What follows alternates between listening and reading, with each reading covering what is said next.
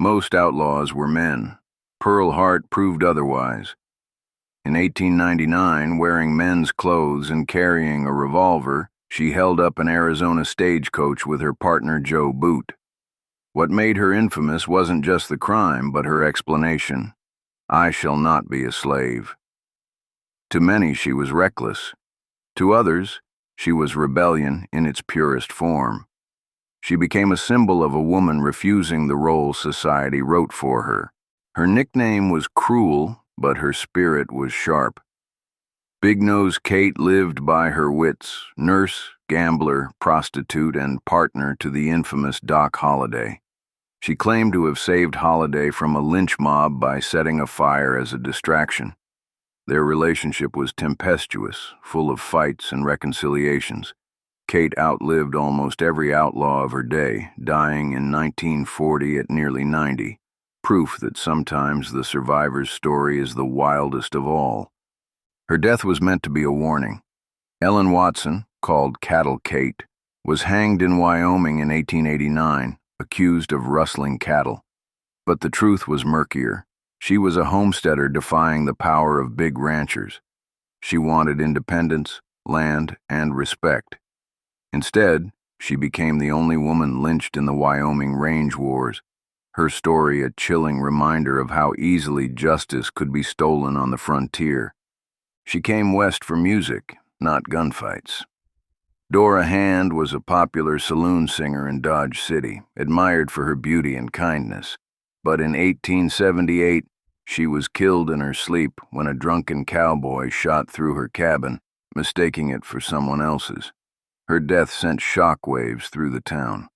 Dora's story reminds us that in the Wild West, violence claimed not only gunslingers and outlaws, but the innocent dreamers who lived among them.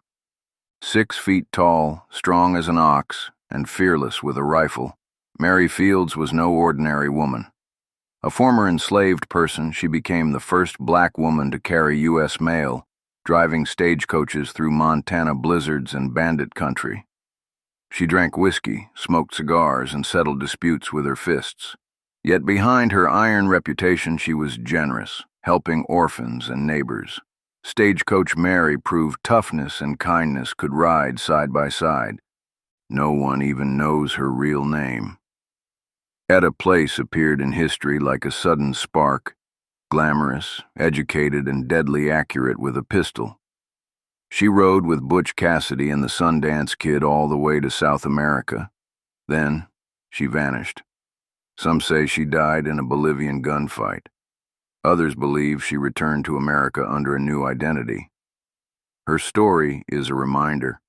In the Wild West, legends outlast the truth. In photographs, she looks almost gentle, but Laura Bullion rode with Butch Cassidy's wild bunch. She forged banknotes, planned heists, and shared the outlaw life with the infamous Kid Curry. Her nickname, the Thorny Rose, fit beauty and danger in equal measure. Yet after prison, she tried to fade into a quiet life under a new name. The question lingers: can an outlaw ever truly escape their past? She dressed like royalty but rode with thieves. Belle Starr, born Myra Maybelle Shirley, wasn't content with a quiet life. She married outlaws, ran with gangs, and carved her name into legend.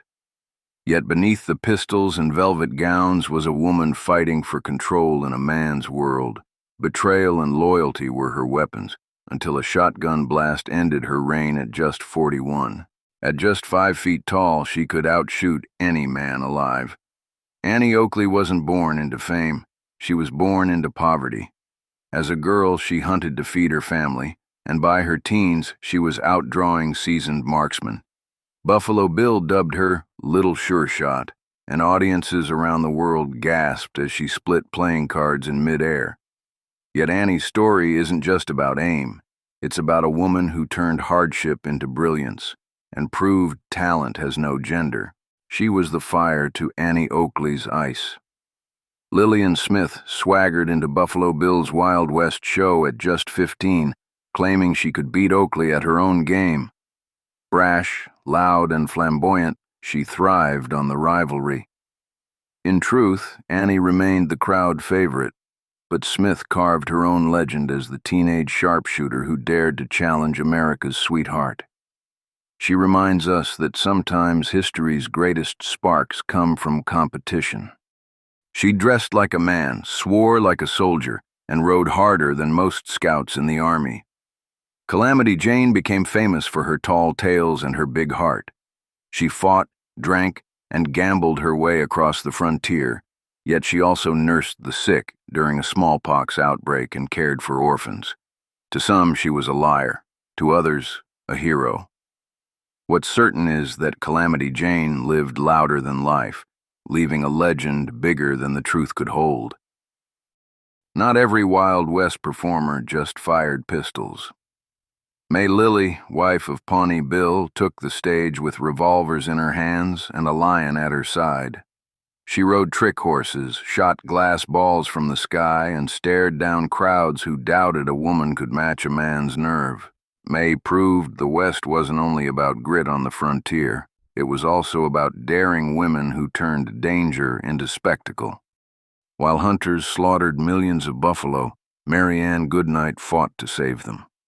On the Texas plains, she and her husband Charles gathered orphaned calves and raised them until they had a herd.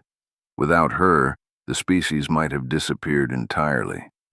Mary Ann's story isn't one of gunfights or glory, but of quiet determination, proving that sometimes saving the West meant protecting what was left of it. She was just 18 when she set out on the Santa Fe Trail, and she kept a diary that became a window into frontier life. Susan Shelby McGoffin wrote of illness, exhaustion, and wonder as she traveled across harsh landscapes few women had seen. Her words reveal not only the hardships of the trail, but also the courage it took for a young woman to leave everything behind. She gave a human voice to the wilderness of the West. Narcissa Whitman dreamed of bringing Christianity west of the Rockies. With her husband, she founded a mission in Oregon country. But frontier life was not salvation. It was isolation, tragedy, and ultimately, death. After the death of her daughter and rising tensions with the Cayuse people, Narcissa was killed in an 1847 attack. Her story is one of devotion and heartbreak, and a reminder that the frontier often demanded more than it gave back. Captured as a child by the Comanche, Cynthia Ann Parker grew up among them, married a chief, and raised children, including the future leader Quanah Parker. When Texas Rangers recaptured her years later, she fought desperately to stay with her adopted people. Forced back into Anglo society, she lived the rest of her life in grief. Cynthia Ann's story was no dime novel romance. It was the tragedy of a woman who belonged to two worlds, yet fit in neither. Her face carried the story of her survival. At 14, Olive Oatman was captured after her family was killed on the trail. Adopted by the Mojave, she was tattooed on the chin, a mark of belonging. Later, she was ransomed back to white society, where her tattoos made her both a curiosity and a symbol of captivity. To some, she was a victim. To others, proof of endurance. Olive lived the rest of her life caught between freedom, trauma, and identity. In an era when Native voices were silenced, Sarah Winnemucca spoke. A Paiute woman fluent in English and Spanish, she became an interpreter, activist, and author. Her book, Life Among the Paiutes, was the first autobiography written by a Native American woman. She campaigned for her people's rights across the country, using words instead of weapons. Sarah's courage lay not in the gun, but in the power of her voice. She sat at the table with a cigar in her teeth and a pistol in her lap. Poker Alice wasn't just a gambler, she was a legend. She claimed to have won more than $250,000 in her lifetime, enough to live independently when most women had no such choice. She outplayed men, outlived 3 husbands, and kept dealing cards into her 70s. Poker Alice proved that survival on the frontier could come not from luck, but from nerve. She began life in chains and ended it as the Angel of the Rockies. Clara Brown was born enslaved, but after gaining her freedom, she moved west during the Colorado Gold Rush. She opened a laundry, built a fortune, and spent it helping others, funding churches, supporting orphans, and searching for her lost family. Though she never found them, she became a symbol of compassion on a frontier better known for greed. Clara Brown's triumph was turning suffering into generosity. She rode beside Geronimo, her rifle steady, her eyes fierce. Lozen wasn't just a fighter. She was said to have visions, able to sense where the enemy would strike. Her brother, Chief Victorio, called her his right hand. No known photographs exist of her, but her memory endures. She fought not for fame or loot, but for her people's survival. Lozen's courage wasn't in a dime novel. It was written in the dust of battle, where she stood as one of the fiercest women of the Apache resistance. While Lozen fought with rifle in hand, Dahteste fought with strategy. An Apache warrior and trusted ally of Geronimo, she rode into raids and served as a messenger between camps. Later, she negotiated peace, proving her strength was not only in combat but in diplomacy. Dahteste lived into the 20th century, quietly raising her family in Oklahoma, a survivor who carried the memory of a war-torn world into a new century. Mourning Dove, Humishama, the storyteller. Her weapon was not a rifle, but words. Mourning Dove, a Salish woman, became one of the first Native American novelists. Her 1927 book, Sacagawea, The Half-Blood, told stories of Native life, love, and identity at a time when such voices were almost unheard. She struggled against poverty and prejudice, but she preserved her people's stories. Mourning Dove showed that storytelling was as vital to survival as any battle, keeping memory alive when silence threatened to erase it. Pretty Nose, the Arapaho warrior. In a photograph taken in 1879, she stares straight into the camera, her hair braided with elk teeth, each one a mark of valor. Pretty Nose was an Arapaho woman who fought alongside the Cheyenne at the Battle of Little Bighorn. She lived to be over 100 years old, witnessing a century of change for her people. To her descendants, she was proof that Native women could be both warriors and elders, guardians of both the past and the future. Buffalo Calf Road Woman, heroine of the Cheyenne. She was the woman who turned the tide of battle. In 1876, at the Battle of the Rosebud, Buffalo Calf Road Woman charged into gunfire to rescue her wounded brother. Her bravery inspired the Cheyenne warriors to fight harder, driving back General Crook's soldiers. Weeks later, she also fought at the Battle of Little Bighorn, where Custer fell. Though history often forgets her name, among the Cheyenne, she remains a symbol of fearless devotion and love stronger than fear. Sacagawea, the Pathfinder. She carried no weapon, yet changed the course of American history.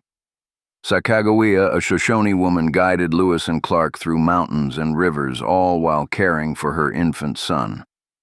Her presence alone signaled peace to tribes along the way. No war party carried a baby.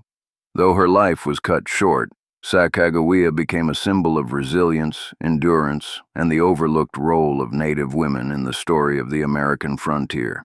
Madame Mustache, Eleanor Dumont, the Gambler Queen.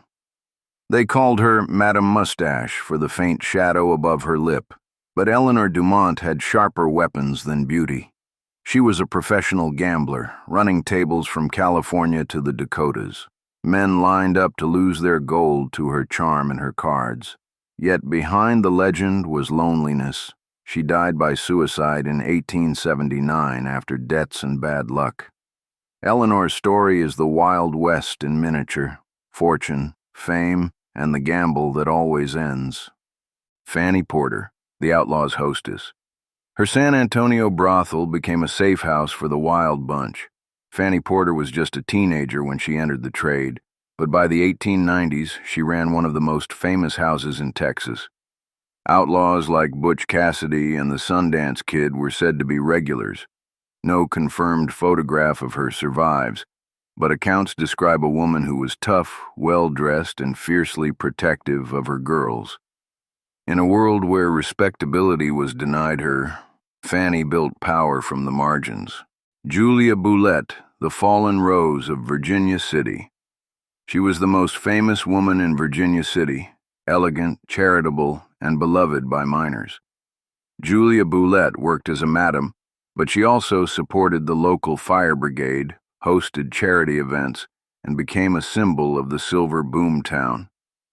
In 1867, she was murdered in her own home, shocking the community. Her funeral was attended by hundreds. Julia's death revealed a truth of the West. A woman could be admired, yet never safe. Josephine Marcus Earp, Wyatt's lady. She wanted adventure, and she found it in Wyatt Earp. Josephine Marcus was a San Francisco actress who drifted into the circles of lawmen and outlaws. Her relationship with Wyatt became the stuff of Western romance, though their life together was filled with restlessness and schemes. Josephine spent decades defending Wyatt's reputation after his death, shaping the legend we remember today. She wasn't just a companion, she was a curator of myth. Allie Earp, the steadfast partner. Allie Sullivan married Virgil Earp and followed him through saloon towns, gunfights, and hardship. Unlike Josephine, she didn't seek fame, she sought stability. Yet her memoirs gave one of the clearest portraits of the Earps' turbulent lives. Allie's story is quieter than Josephine's, but it shows the backbone behind a frontier lawman, the woman who endured the danger without ever carrying a gun. Louisa Earp, A Life in the Shadows. Married to Morgan Earp, Louisa lived on the margins of frontier notoriety. She rarely sought attention, yet she bore the grief of Morgan's violent death after the OK Corral. Louisa represents the women history nearly forgot, the ones who endured loss while the men around them chased violence and fame. Her story reminds us that for every gunfighter there was someone left to mourn in silence. Nellie Cashman, the Angel of Tombstone.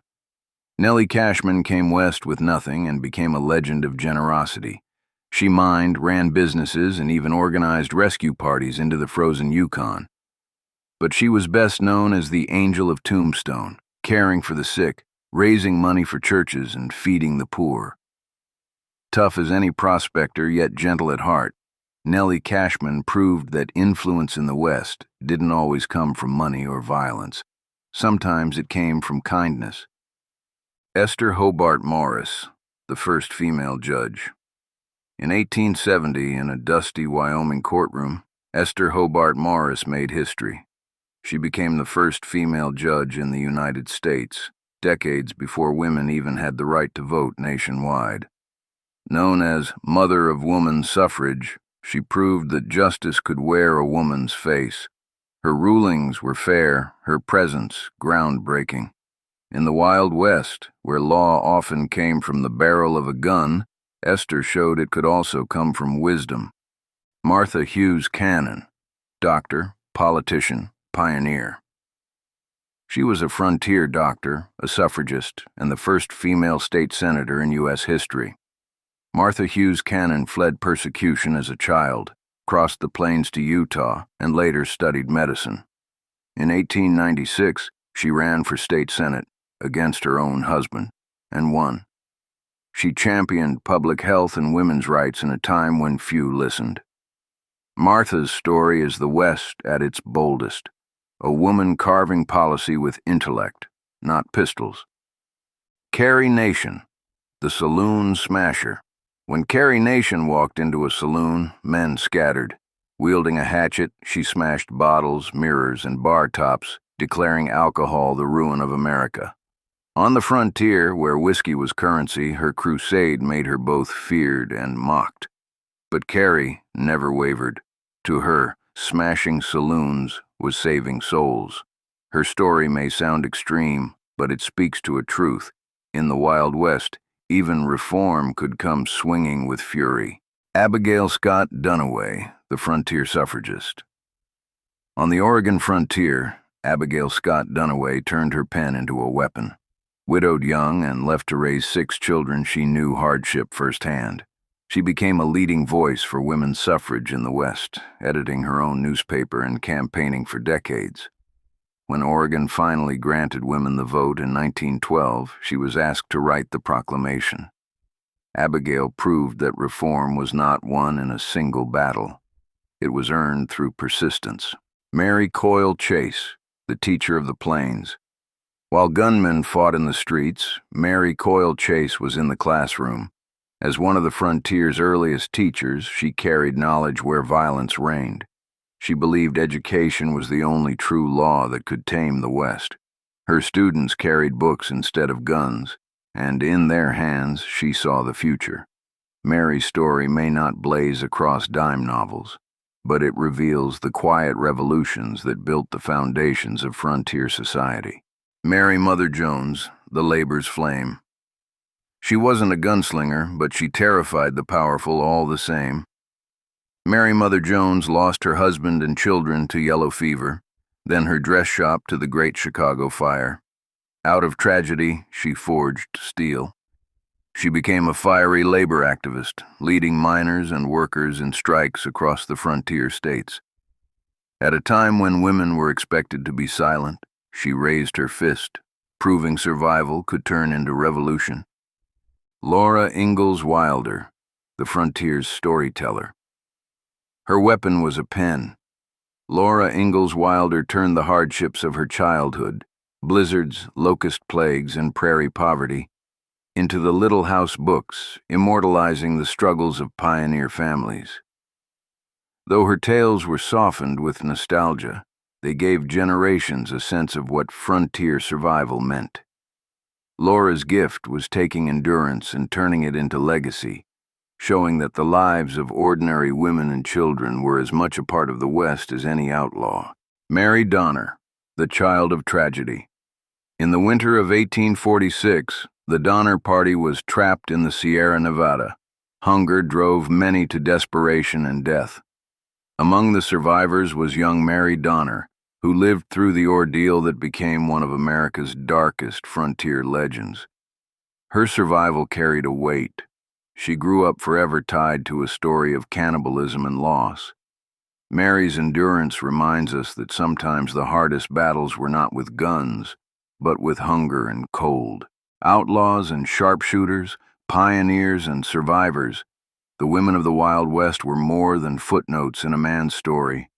They were gamblers, warriors, reformers, mothers, and legends in their own right. Some are remembered, others forgotten, but together they shaped the frontier as surely as any lawman or gunslinger. Their stories remind us that the West was never just wild, it was human.